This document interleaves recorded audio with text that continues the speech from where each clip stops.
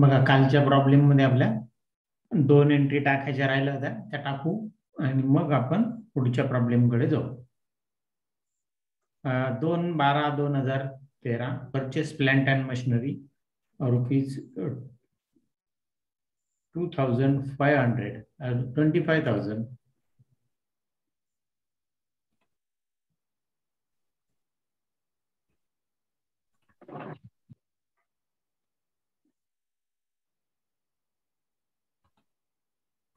Purchase plant and machinery rupees 25,000 आपली entry झाली होती. Plant and machinery account debit 25,000 to cash account 25,000. Tally मध्ये आपल्याला एंट्री करायची. टॅली आपल्या समोर ओपन आहे.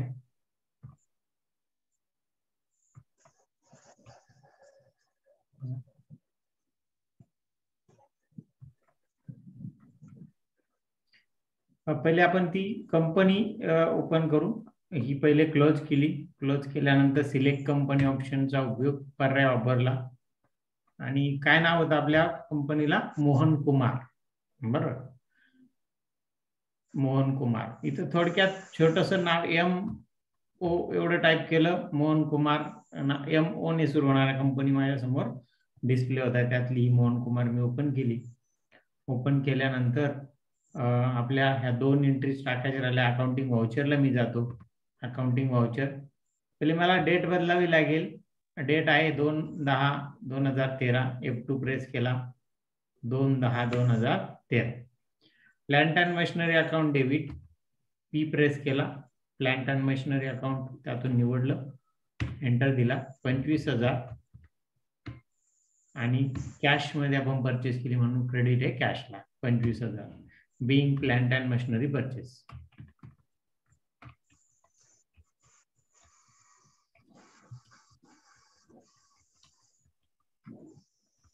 Bing plant and machinery purchase enter केला.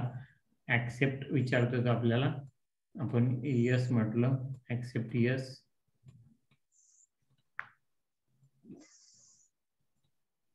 सेव्ह झाली. त्यानंतर पुढची एंट्री आहे त्याच्यामध्येच 1/11ची renovation of office building rupees 10,000. Repairing account debit to cash account अशी एंट्री आपली झालेली आहे. मग जर आपण रिपेरिंग टू कॅश ही एंट्री पण पहिले आपल्याला तारीख टाकायची. F2 प्रेस केला किंवा मग इथं डेटच्या फील्डला क्लिक केलं. 1/11 ही व्हाउचरची डेट टाकली. एंटर दिला. रिपेरिंग अकाउंट R प्रेस केला. त्यात रिपेरिंग अकाउंट आपल्याकडे आहे. एंटर दिला. 10,000 रुपये रिपेरिंग साठी केलेले बिंग आणि क्रेडिट कॅशला आहे. कॅश 10,000. बघ आणि नरेशन आहे being cash paid for renovation of office building. Being paid for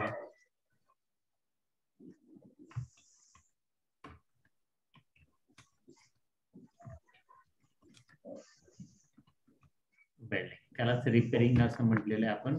accept yes म्हटलं. ही पण आपली एंट्री सेव्ह झाली. सेव्ह झाल्यानंतर आता शेवटची स्टेप आपली ती म्हणजे त्यातून मी बाहेर पडतोय जे व्हाउचर एंट्री मधून. गेटवे ऑफ टॅली मध्ये आलो. गेटवे ऑफ टॅली मध्ये आल्यानंतर आपल्याला बॅलन्सेस बघायचे आहेत. प्रॉफिट अँड लॉस मी पहिले बघतो. प्रॉफिट अँड लॉस ओपन झाल्यानंतर डिटेल मध्ये बघायचा असतो म्हणून अल्टर F1 किंवा राईट साईडच्या पॅनलला पहिल्याच नंबरची कमांड आहे डिटेल. त्याला क्लिक केलं. डिटेल मध्ये आपल्याला प्रॉफिट अँड लॉस दिसते. त्यामध्ये परचेस 94, सेल्स 1,86,000 बघू आपण. आपल्याकडे प्रेझेंटेशन मध्ये आपल्याला दिलेलं आहे.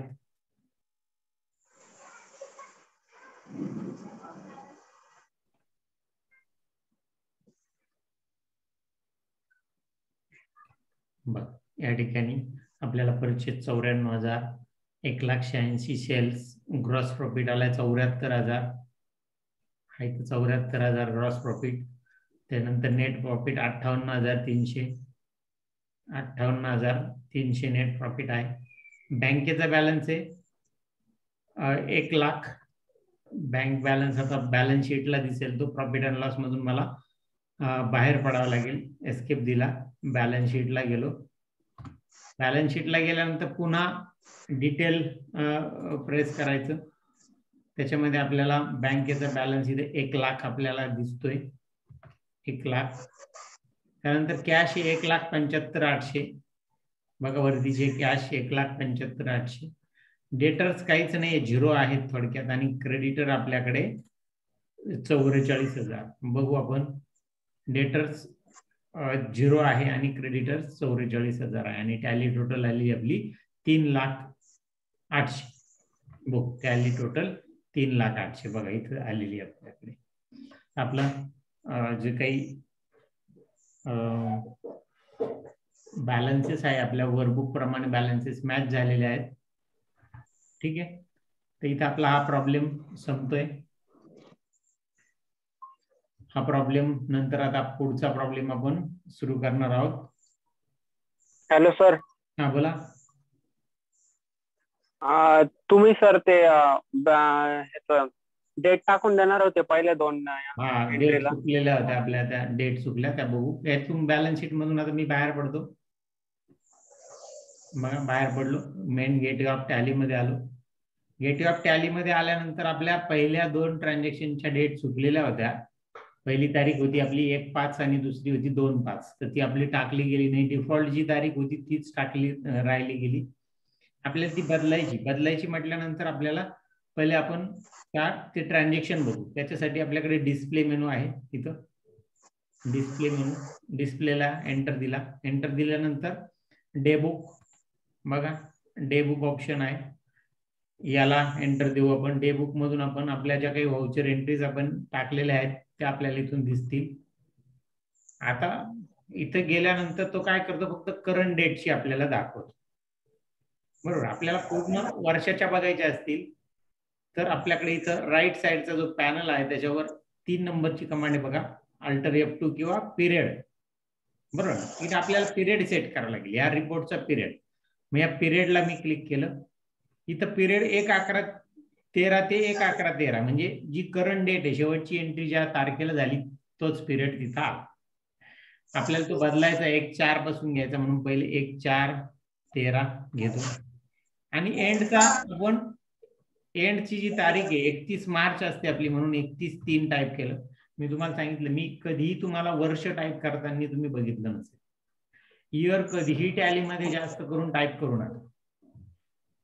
समजा एखादा प्रॉब्लेम तुमचा परीक्षेला आला आणि त्या परीक्षेच्या प्रॉब्लेमच्या वेळेस समजा वर्ष तुमच्याकडून कंपनी क्रिएट करताना चुकलं,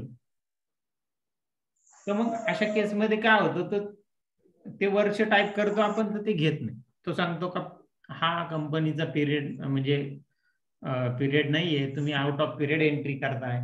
आणि आपल्याला मग काही समजत नाही नक्की काय झालं. त्यापेक्षा फक्त डेट व्यवस्थित टाका. इयर तो ऑटोमॅटिक घेतो. फायनान्शियल इयर मधलं ही 31/3 ही तारीख एकदाच येणार त्या फायनान्शियल इयर मध्ये, 1/4 ते 31/3 मध्ये एकदाच येणार. त्यामुळे त्याला समजून जातं 31/3 म्हणजे काय. 31/3/13 घेणार नाही, तो 14 घेईल. बघा आपल्या पुढे ह्या सगळ्या एंट्री झालेल्या आहे. एंट्री झाल्या पण त्या आपल्याला डिटेल मध्ये दिसत नाही. पुन्हा आपल्याकडे डिटेल बटनवर तुम्ही जर क्लिक केलं तर डिटेल मध्ये दिसतील. बघा दिसत आहे तुम्हाला. याच्यात नॅरेशन दिसत नाही आहे. अजून नॅरेशन बघायचं असेल तर मग तुम्ही फीचर्सला, कॉन्फिगरेशनला क्लिक करू शकता.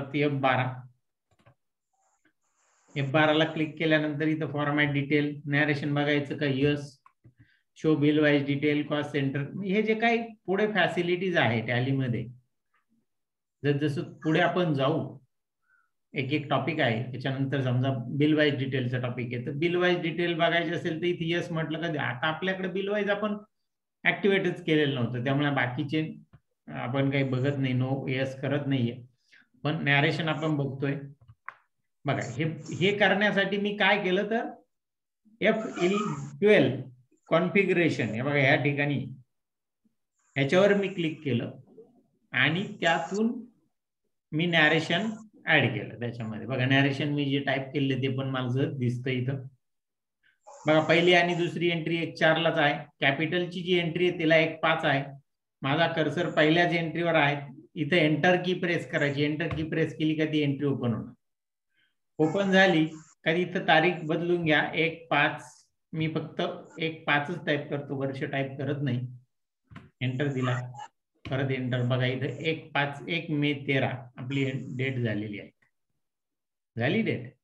आणि बाकी ठिकाणी तर एंटरच असणार आहे. ऍक्सेप्ट यस म्हटलं ही एंट्री सेव्ह झाली. बघा 1 मे ची ही कॅपिटलची एंट्री खाली गेली. बघा इथे ती वरती होती, ती खाली गेली, कारण की 1/4 ची एंट्री वरती दाखवतात. 1/4 ची म्हणजे ही 2/5 ची एंट्री आहे, परचेस टू सुधीर. तिला पण आपल्याला बदलायचंय. त्या एंट्रीच्या पहिल्या अकाउंटवर आपण राहायचं आहे, किंवा दुसऱ्या अकाउंटवर तो एंटर घेत नाहीये. पहिल्या अकाउंटवर राहून एंटर की प्रेस करायची, एंट्री ओपन होते. ओपन झाल्यानंतर तिची जे काय बदल करायचा आहे तो तुम्ही बदल करू शकता एंट्रीमध्ये.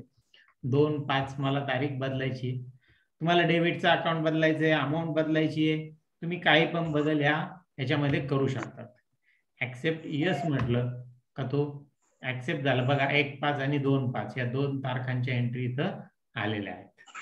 अशा पद्धतीने आपण एंट्री एडिट करू शकतो. यातून बाहेर पडायचंय, एस्केप कीचा उपयोग केला का तो बाहेर येईल. बघा डिस्प्ले मेनू मध्ये आला, आणि परत एकदा एस्केप की प्रेस केली का तो गेटवे ऑफ टॅली मध्ये येणार आहे. म्हणजे काय आपली चूक झाली होती ती आपण दुरुस्त केली. समजली मग सर्वांना कशी डेट चेंज करायची? परत सांगू एकदा. जर एंट्री मध्ये चूक झाली असेल तर ती एंट्री एडिट कशी करायची? बघ डिस्प्ले मध्ये जायचं, डे बुक मध्ये जायचं. डे बुक मध्ये जाऊन आपल्याला पिरियड सेट करायला लागतो. पिरियड सेट करायचा, आपलं फायनान्शियल इयर आहे जे तो पिरियड घ्यायचा 1/4/13 ते 31/3 असं होतं. बघा त्या डिटेल मध्ये एंट्री येत नाही. डिटेल मध्ये बघायच्या तर अल्टर F1 किंवा राईट साईडच्या पॅनलवर 1 नंबरची कमांड आहे डिटेल, त्याला क्लिक केलं. डिटेल मध्ये आलं पण याचं नॅरेशन आलं नाही. मग नॅरेशन बघायचं तर माझ्याकडे खालून 2 नंबरची कमांड F11 कॉन्फिगरेशन. या स्क्रीनचं कॉन्फिगरेशन मला करायचंय, म्हणून F11 मी क्लिक करतो. त्याच्यामध्ये तो दाखवतोय का फॉर्मॅट डिटेल आहे. नॅरेशन बघायचं, यस म्हटलं. बाकी bill wise detail, cost centre हे टॉपिक पुढे आहेत, ते जसे येतील तसे तुम्ही ऍक्टिव्हेट करून बघू शकता. बघा या ठिकाणी तुम्हाला डिटेल मध्ये आली, आणि जी एंट्री तुम्हाला बदलायची आहे त्या एंट्रीवर तुम्ही जा, एंटर की प्रेस करा, आणि मग जी काय बदल असेल, डेट बदलायची डेट बदला, डेबिट क्रेडिटचं अकाउंट बदलायचं ते बदला, अमाऊंट बदलायची बदला, किंवा नॅरेशन तुम्हाला चेंज करायचे नॅरेशन तुम्ही चेंज करू शकता. पाहिजे त्या गोष्टी त्या एंट्री मधला बदल तुम्हाला करता येईल. बरोबर. आणि मग शेवटी ऍक्सेप्ट विचारतो तिथे यस म्हणा, म्हणजे ती एंट्री नाव्याने सेव्ह होईल आणि तुमच्या टॅलीमध्ये तो बदल झालेला असेल. ठीक आहे, तुम्ही बाहेर पडतो एस्केप की प्रेस करून, पुन्हा गेटवे ऑफ टॅलीमध्ये आलो. इथं आपली हा प्रॉब्लेम संपलेला, आपल्याला पुढच्या प्रॉब्लेमला सुरुवात करायची आहे. बोला.